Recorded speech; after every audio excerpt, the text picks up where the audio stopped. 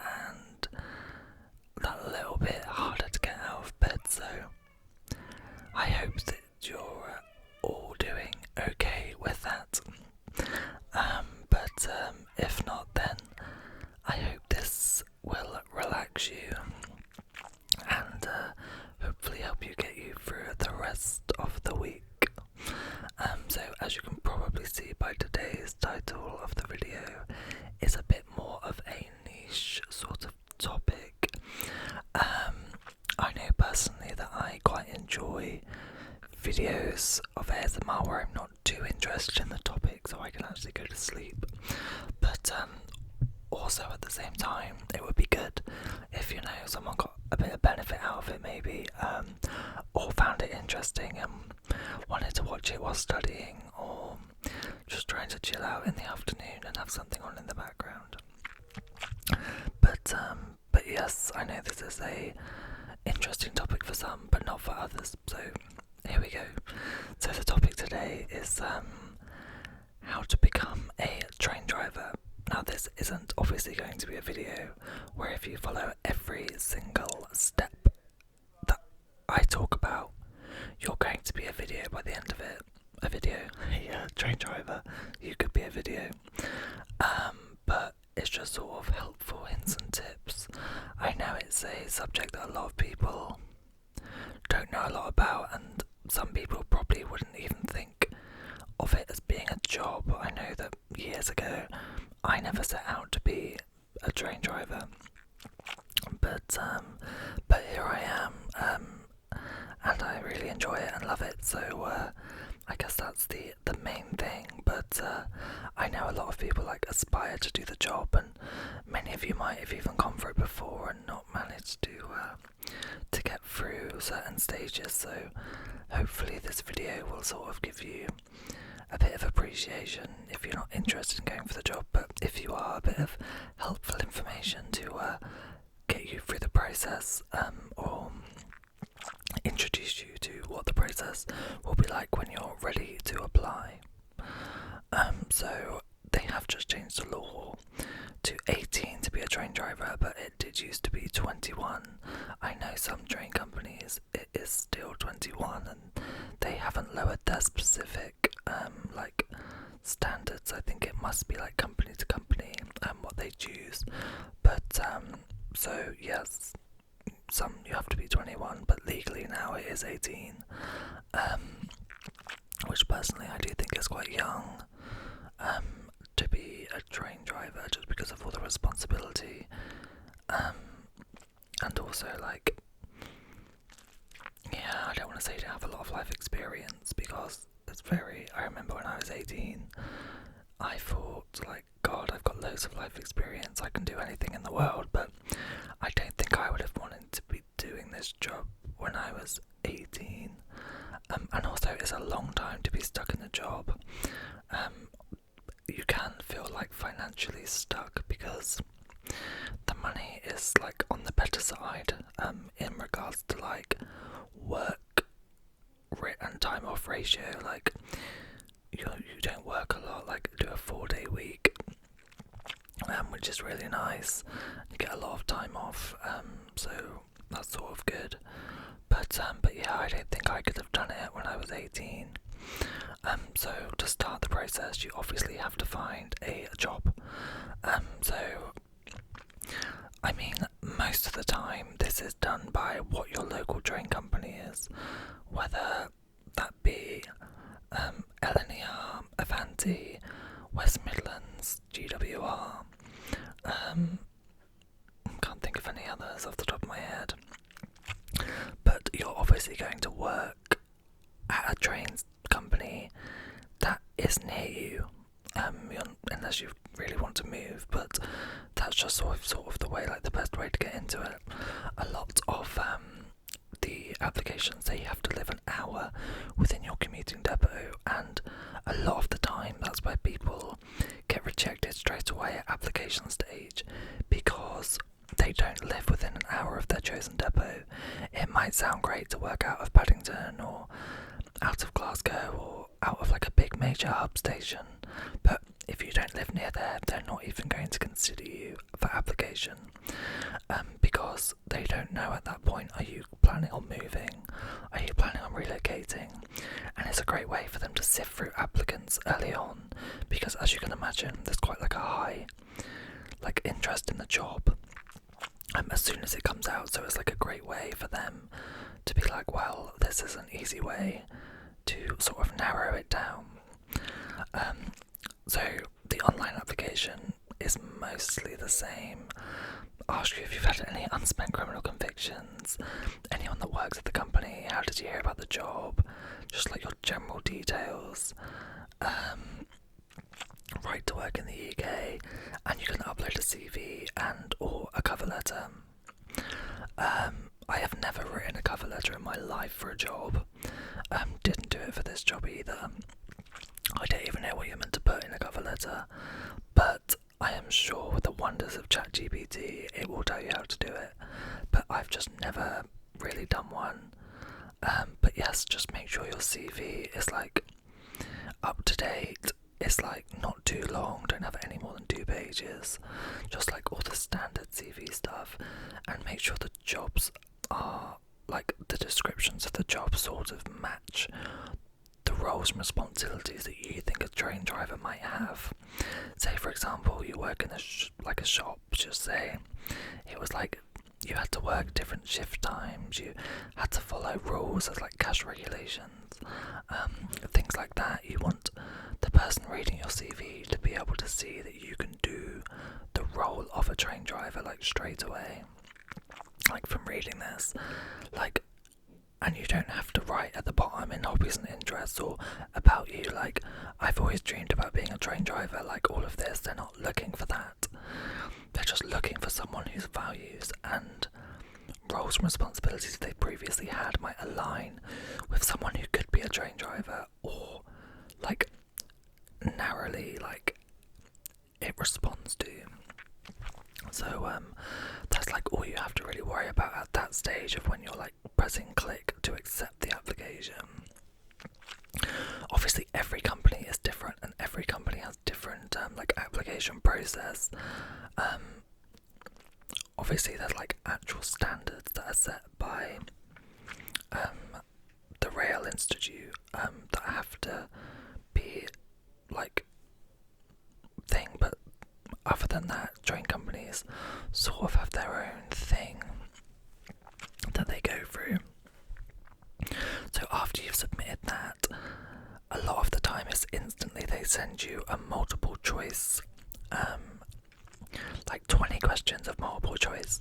Now it's important to remember this is a customer service / role that you're applying for, so train driver, questionnaire. So you have to answer it as if you are also providing customer service. So a lot of the questions will be like you're walking towards a train and you see a ramp is out of use, what do you do? As a train driver, you're probably thinking, oh well, that's not my problem. Or you think, oh maybe as a train driver that wouldn't be my issue. So one of their options would be like leave it to someone else. Like that's not what they're looking for. They want you to alert someone else, stand by it or move it out of the way. So it's definitely about like customer service as well. There's also questions like if a passenger stops you on the way to a train, or if you're on a break and there's passenger disruption. You sort of need to balance the two between customer service and safety. Obviously safety is number one, most important, but customer service as a business is how these train companies make money. So you need to make sure that you're providing good customer service. You can't walk past people and ignore them. You can't be rude to people. You don't think just because your job may not be fully customer facing that you don't have to provide any sort of customer service. I mean, you, especially in bigger stations, as soon as someone sees you work for a company in the uniform, they will ask you questions. They do not know whether you're a train driver, a guard, a customer host, or a cleaner. They will just ask you because you are representing the company, so they need to know that you can provide that customer service.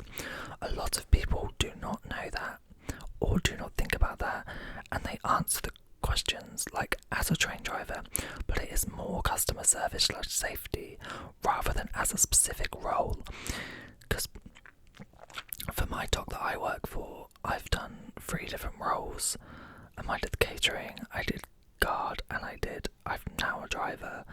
The questions for all of them were very similar, maybe 1 or 2 different, but for every role, and they're very different, varying of grades, it was the same questions and labelled the same like tests, so it's definitely more customer service focused. So there's definitely that to like think about. So once you've done that, then you do a timed test. Well, for my one, it was like a checking test where you had to check numbers on a sheet against numbers that you have, like the questions.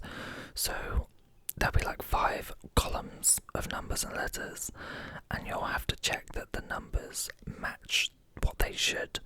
So for example, like it could be the destination is Bora Bora, but it's spelt right on your notes, but they spelt it wrong on the confirmation, so it's like a 0 instead of an O, and you need to like click that that's wrong. And like there's 5 different categories of things that could be wrong, and you either tick none of it's wrong, 1 thing's wrong, 2 things wrong, 3 things wrong, so all of it's wrong. And that's like the aim of the test. Now again, it is not quantity, it is quality. If you get through all 30 or 20 of the questions, however many they are, and get them all wrong, then that is not ideal. They even say at the beginning you may not finish all of the questions. I definitely don't think I finished them all. And yeah, so make sure that you're being accurate when you're looking through. Don't rush, don't click through, don't try and get to the end just because you think you need to do more. Of course there is a thing as too slow, and they will say, well, you haven't done enough. I mean, at this day you wouldn't get feedback like that, but probably like back of house they will think that. But it's more about quality over quantity, so make sure that you're clicking the right things, make sure you're taking time, because that is again what the job comes down to, is ensuring that you're checking everything correctly, ensuring that you're taking your time, making decisions, things like that. So it's definitely like a mixture of the 2, but more of the quality and accuracy. So that's that bit. So then you'll wait to hear the results of that, and then after this you will be invited to an actual in-person assessment day, which is doing the psychometric train driver tests. Now, every train company do them differently, but they are always the same, as in they are industry standard, but it's whether you do them all on one day, or you do part and part, or you come back and do the interview questions like separately. For me, I did them written computer tests on one day, and then if you pass them, you come back and do the interview, but I will talk about that one in a second. So firstly, I'll start with the written tests. So first of all, you may have seen this, it's called the board on dots test. It's a A3 sheet of paper with loads of groups of dots, and your job is to go through them, checking or circling all of the ones. It might be crossing or circling, but they will tell you, obviously, all of the ones that are groups of 4. So you start at the top left corner and go left to right, and make sure that you're doing each one, because if you skip ahead, they will be like, well, you've missed all of these, so you need to make sure that you're going through it methodically and checking each and every single one. Again, much like the online tests, it is more accuracy rather than quantity. I remember after mine, people were telling me like how far down the page they got, and I think I got maybe a quarter, halfway down, and I was like, God, I have not got as far as they did. But I have not seen those people at my job, and here I am. So don't think about how quickly you're doing it, just make sure you're trying to be accurate. tests, and it can get very like hard to do. I think you do that 2 or 3 times. Obviously each time you're going to get less and less because it's just like being tired and wearing you out. It's like very hard concentration, but again, that is obviously part of the test, as being a train driver requires a lot of concentration. Like for us, for example, we can drive a maximum of 5 hours in one block, which is a lot of time to be like actively concentrating. So again, these tests do have a reason. They aren't just there to sift through the applicants and get rid of people. There is like method to the madness. So after that, you do another test, which is like a peeps test. And basically, this is a test where they play 2 different tones, so a high tone and a low tone. And your job is to count the low tones in this first test. So you just count the low tones and don't count the high tones. And that's what the test is. That's number 1. And then you do another test where you've got to go through, like, it's almost like the yellow pages or a phone book, and there's symbols and numbers, and they tell you, oh, go through and circle all the plumbers and all of the numbers that end in like 5. So you go through and do that, you get a certain amount of time to do it, as many as you can. Again, accuracy, not quantity. And then you do that. And then the third one of this session is you hear the beeps and you've got to search on the paper, so you need to try and listen out for the noise, and also you're searching on the piece of paper at the same time. It sounds very difficult. It can be if your brain doesn't work that way. I again do think these tests are wired for people that think a certain way. Someone could be book smart, very intelligent, and these tests just are not for them, because it's like if you've ever watched the 1% Club, some of the questions you get straight away, like, God, that's so easy.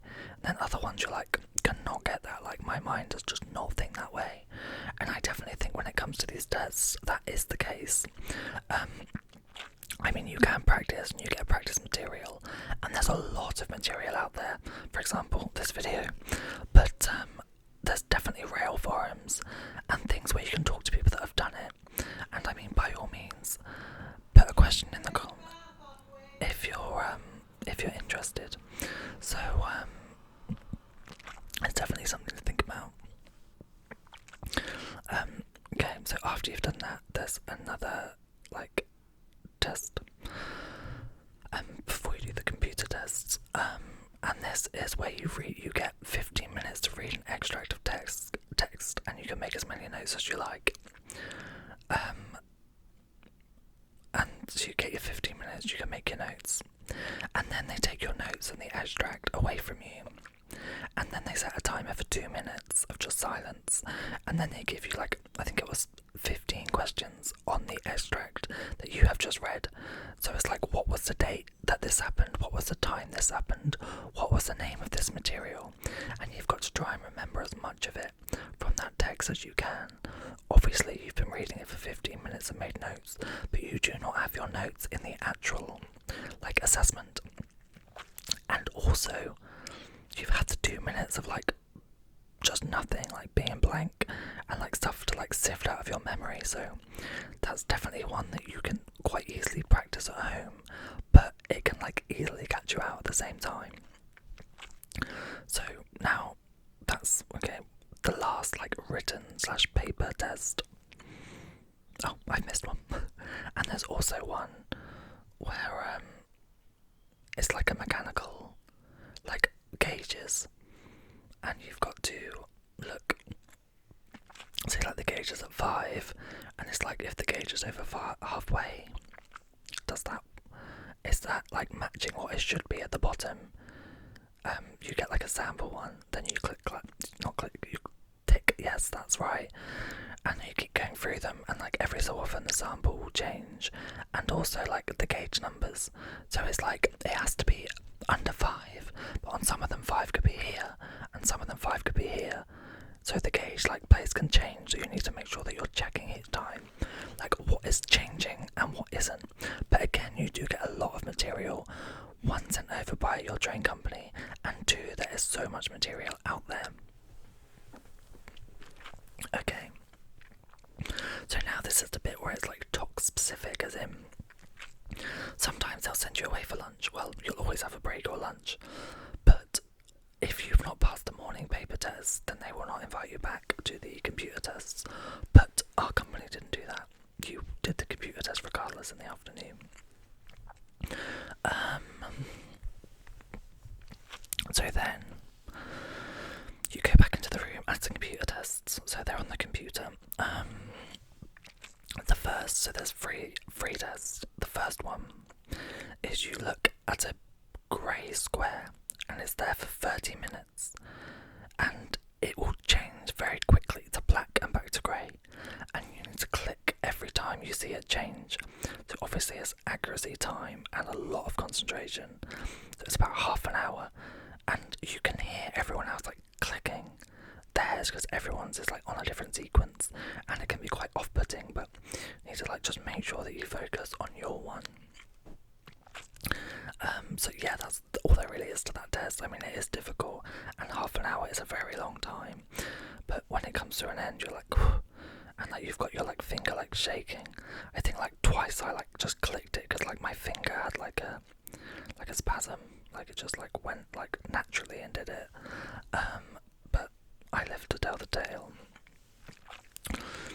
So the next computer test is a memory test again, but a bit different.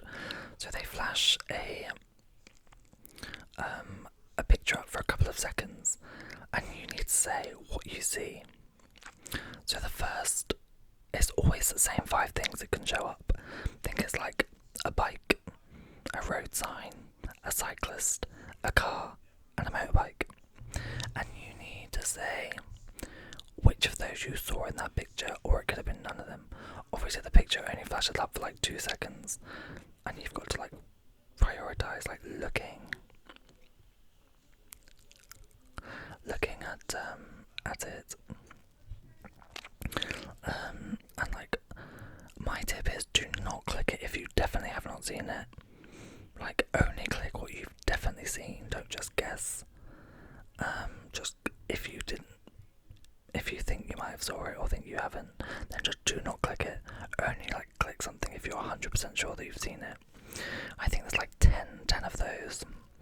And then you move on to your last test, which is the it's you get a joystick, a gaming joystick, and you have to guide a ball across a line 15 times, and each time it is the exact same line. And again, speed and accuracy is what they want.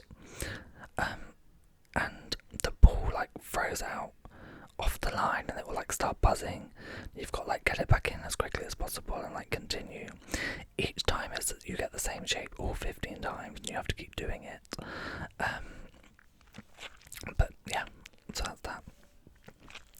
And then at the end you get a situational adjustment test, which is 30 questions, and that is your manager comes and sits in your car and refuses to put their seatbelt on. What would you do? None of the answers are tell them they have to put their seatbelt on. They're so obscure, and it's just so weird. But this is apparently what sets what your next set of questions are going to be for your first interview, which is called the MMI, multimodal interview. Now again, talk specific, but sometimes they get you to do all of these tests in one day. For me, we were sent home, told if we passed the first 6 tests, and if we had, then great, come back, and if you hadn't, then that's over, that's your chance. 1 chance done. Don't know if I've said yet, but you only get 2 chances to do the train driver test. So if you fail them, actually I think it's updated to 3 now. But if you fail them all those times, you can never apply again. So obviously there's quite a lot of pressure around that as well. So the multimodal interview, you get asked 6 questions.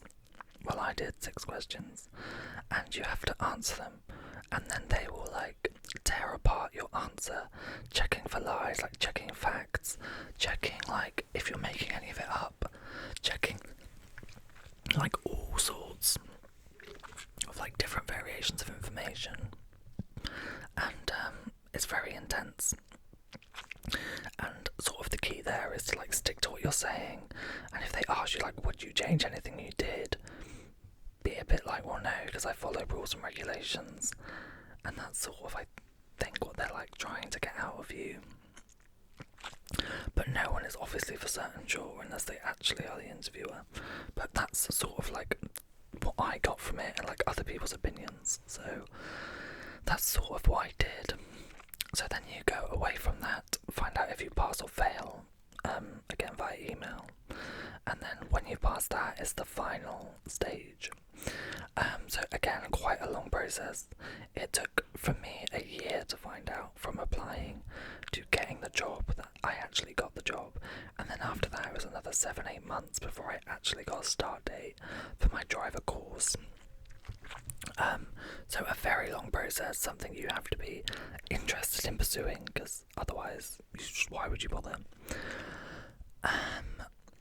So the last stage is obviously a interview, another one, but this is more of your classic. Why do you want the job? What do you think will make a good train driver? What do you know about the company? And then obviously all of those, and then the typical like tell me a time questions. So that's pretty much the whole process, and then after that you find out if you've got the job. I've noticed I've sort of coming up to half an hour now of rambling on about this subject that maybe no one will be interested in, but if you are and you have any more questions, then please do comment them below. And if you want another video on any more information about being or becoming a train driver, then I will happily make one. I just thought to do this today because I didn't really have a video in mind, and I thought some people might find it interesting, and some people may find it very boring and it will send them to sleep. Either one for me is a win. So yeah. But thank you so much for watching, guys. Please don't forget to like the video if you enjoyed it. If you like my sort of content that I'm making, then please do subscribe. And yeah, I make new videos every week, at least one, sometimes 2, sometimes 3, sometimes 4. But anyway, I hope you're all having a great week. I hope you have a great weekend, and see you in the next video.